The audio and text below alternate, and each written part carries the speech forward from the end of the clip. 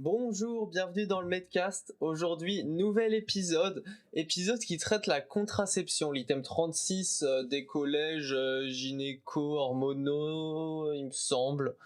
Peut-être qu'il est aussi dans d'autres collèges, mais c'est surtout dans ceux-là que je me suis inspiré. Donc, épisode aujourd'hui un peu particulier encore une fois. Bon, on va continuer l'histoire qu'on avait commencé l'épisode précédent sur les TCA.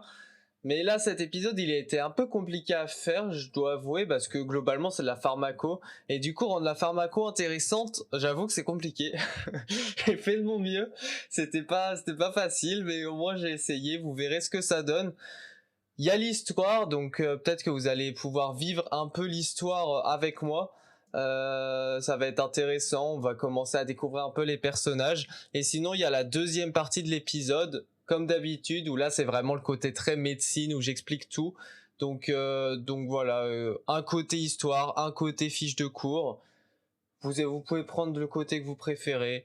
En tout cas, voilà, comme d'habitude, pour de la pharmaco, en tout cas, ça fait un peu une liste de courses. Mais bon, je pense que voilà, si vous êtes en médecine, vous connaissez ces fameuses listes de courses finalement.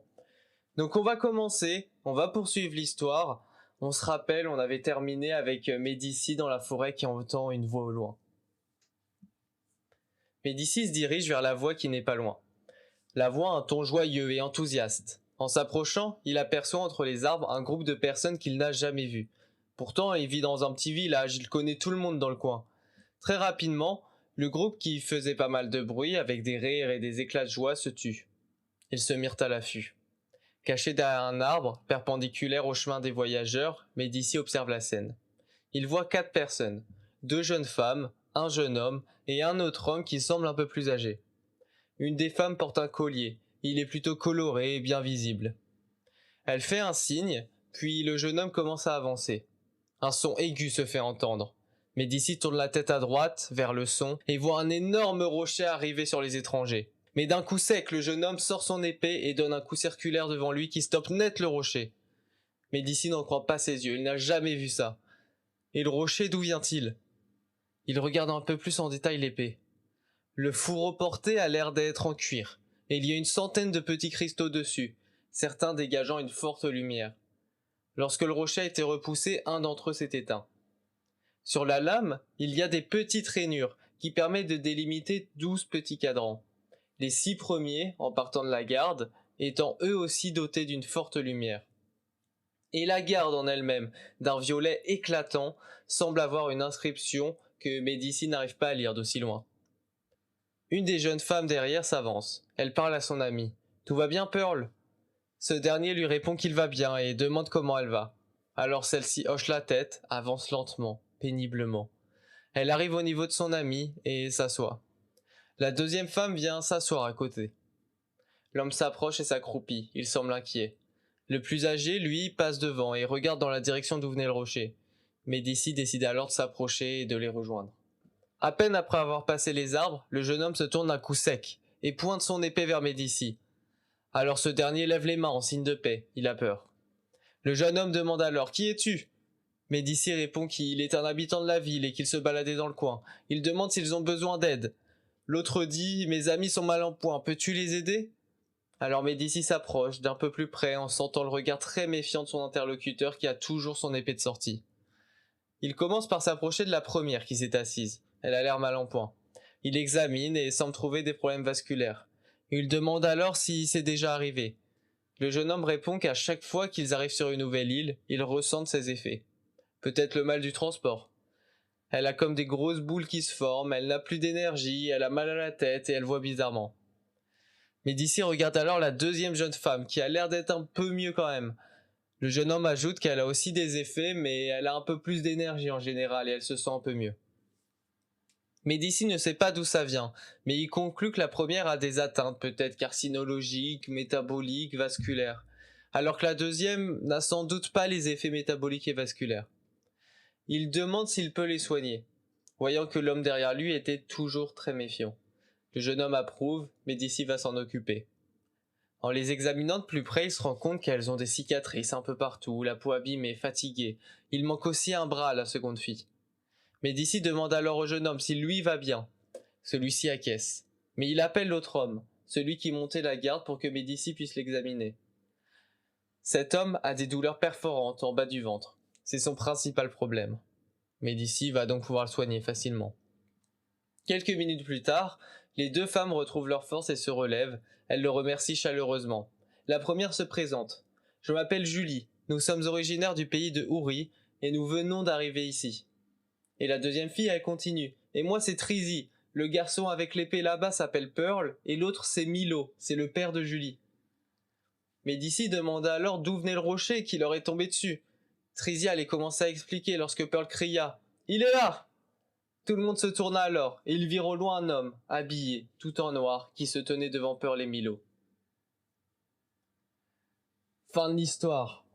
On s'arrête là, un homme, habillé, tout en noir, devant Pearl et Milo. L'histoire avance, on est toujours dans le côté, dans la mise en contexte, on va dire, vraiment l'introduction de l'introduction. On découvre un peu les personnages, on découvre l'univers, vous voyez que c'est très fantastique, c'est mon univers, voilà, vous rentrez dans ma tête. C'est comme ça. Moi j'aime bien, donc je crée cette histoire comme ça. Mais maintenant, on place la médecine. On va traduire un peu ce qui est dit. En soi, dans l'histoire, il y a des petites infos qu'on peut retrouver, mais c'est vrai que tout n'est pas giga détaillé. Là, vraiment, je vais vous donner beaucoup plus d'informations. Vraiment, en termes médicaux, ça sera plus simple. Donc là où l'histoire elle devient médicale, c'est lorsque le rocher arrive sur le groupe de voyageurs. Le jeune homme avance et stoppe le rocher avec son épée. Donc on apprendra plus tard que cet homme il s'appelle Pearl. Et en fait il représente l'indice de Pearl, qui permet d'évaluer l'efficacité d'une méthode contraceptive. Concrètement, l'indice de Pearl c'est le nombre de grossesses sur 100 femmes après 12 mois d'utilisation du contraceptif. Évidemment, il faut que le contraceptif il soit bien utilisé. 100 femmes, c'est le nombre de cristaux présents sur le fourreau et 12 mois comme les 12 cadrans présents sur la lame. Un cristal s'est éteint après avoir repoussé l'attaque, comme pour indiquer qu'il y a une grossesse d'écarté et donc l'amélioration de l'indice de Pearl. Plus l'indice de Pearl est bas, donc moins il y a de cristaux allumés si vous voulez, plus la méthode contraceptive est efficace. Ensuite, on a les deux femmes qui sont mal en point. Chacune d'elles représente une méthode contraceptive. La première, Julie, c'est la contraception œstroprogestative, c'est la plus utilisée. Elle peut être administrée par voie orale, transdermique ou vaginale. Médicis commence par l'examiner et semble lui trouver des problèmes vasculaires. En fait, ce sont les effets indésirables de cette contraception. On va trouver une augmentation du risque thromboembolique veineux et une augmentation du risque artériel en lien avec les contre-indications qu'on va voir tout de suite. Médicis trouve des atteintes carcinologiques, métaboliques et vasculaires, et ça, ce sont les principales contre-indications à ce contraceptif.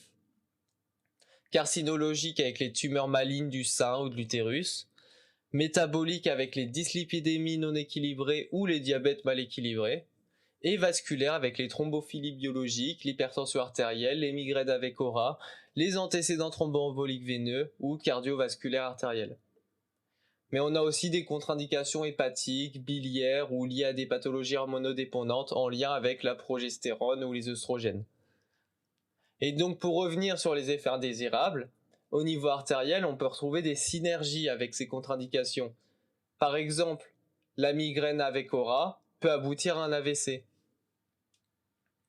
Et ensuite, il existe aussi d'autres effets indésirables un peu plus mineurs et classiques, comme des troubles du cycle, des troubles digestifs, des mastodinies, donc des seins douloureux, ou des troubles de l'humeur ou de la libido. Et ce contraceptif, il augmente aussi probablement le risque de cancer du sein et du col de l'utérus. Mais il y aurait quand même des effets bénéfiques comme la baisse du risque de cancer de l'ovaire, de l'endomètre, du côlon et du rectum, et ça améliorerait aussi les dysménorrhées, les ménorrhagies fonctionnelles, le syndrome prémenstruel ou encore l'acné. Donc ça, c'était pour la contraception œstroprogestative. Ensuite, la seconde femme, Trizy, elle représente le progestatif seul, donc plus particulièrement la méthode microprogestative avec des progestatifs à faible dose.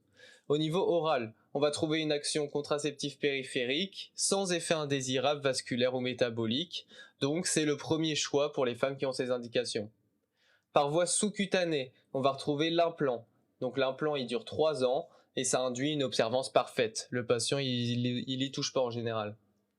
Et par voie intra-utérine, là ça reste entre 3 et 5 ans, et on va l'employer en cas de dysménorrhée, de ménorrhagie fonctionnelle ou d'adénomyose. Ensuite, au niveau des contre-indications, on a les pathologies hépatiques évolutives sévères, le cancer du sein ou les pathologies hormonodépendantes qui sont liées à la progestérone. Et au niveau des effets indésirables, on a les troubles du cycle, les aménorrhées, les spottings. Les spottings, c'est des saignements intermenstruels.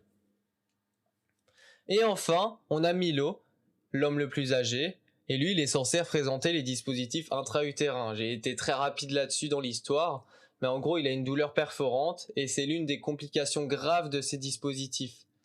Donc, complications graves des dispositifs intra-utérins, on a la perforation et l'expulsion spontanée. Les contre-indications à ces dispositifs, c'est les anomalies de la cavité utérine, les antécédents d'infection génitale haute de moins de 3 mois, les hémorragies génitales non diagnostiquées et les valvulopathies à risque d'endocardite. Ensuite, plus spécifiquement pour les dispositifs intra-utéraux en cuivre, en plus on a les traitements immunosuppresseurs ou les corticoïdes au long cours et la maladie de Wilson. Et pour les dispositifs intra-utéraux hormonaux, on a aussi des antécédents personnels de cancer du sein ou d'autres tumeurs hormonodépendantes. À noter que les dispositifs intra-utéraux en soi, c'est pas des facteurs de risque de grossesse extra-utérine, même si c'est quelque chose, c'est un peu des rumeurs on va dire. Les effets indésirables ensuite, c'est les ménorrhagies, les dysménorrhées, les métrorragies, le syndrome prémenstruel, les kystes ovariens, voire des signes d'hyperandrogénie modérée. Donc ça, c'était vraiment pour toutes les méthodes principales de contraception. Mais il y a aussi d'autres méthodes comme les méthodes barrières, donc le préservatif, la contraception définitive et la contraception d'urgence, mais on ne les détaille pas dans cet épisode. Et aussi, petit détail, selon l'indice de Pearl, donc les pilules combinées et les pilules microprogestatives, c'est ceux qui ont la meilleure efficacité s'ils sont bien utilisés. Mais le dispositif intra-utérin, il est très bien aussi. Donc voilà, là on a fait le tour globalement de la contraception. Vous voyez, c'était un peu particulier, je sais pas si vous avez réussi à bien suivre. En tout cas, j'ai essayé d'expliquer à peu près ce qu'il fallait savoir sur la contraception. Il y a assez peu de moyens mémotechniques finalement dans cet épisode, mais bon, j'ai quand même donné les informations qu'il fallait. Vous pouvez revenir notamment sur la partie médicale peut-être pour vous rappeler de certains trucs qui peuvent être intéressants. Donc la semaine prochaine, on va continuer la petite histoire, on va aller un peu plus loin dans la découverte des personnages et où est-ce qu'on est exactement, parce que pour l'instant, on sait pas trop ce qui se passe. Donc on va essayer de voir ça tranquillement la semaine prochaine.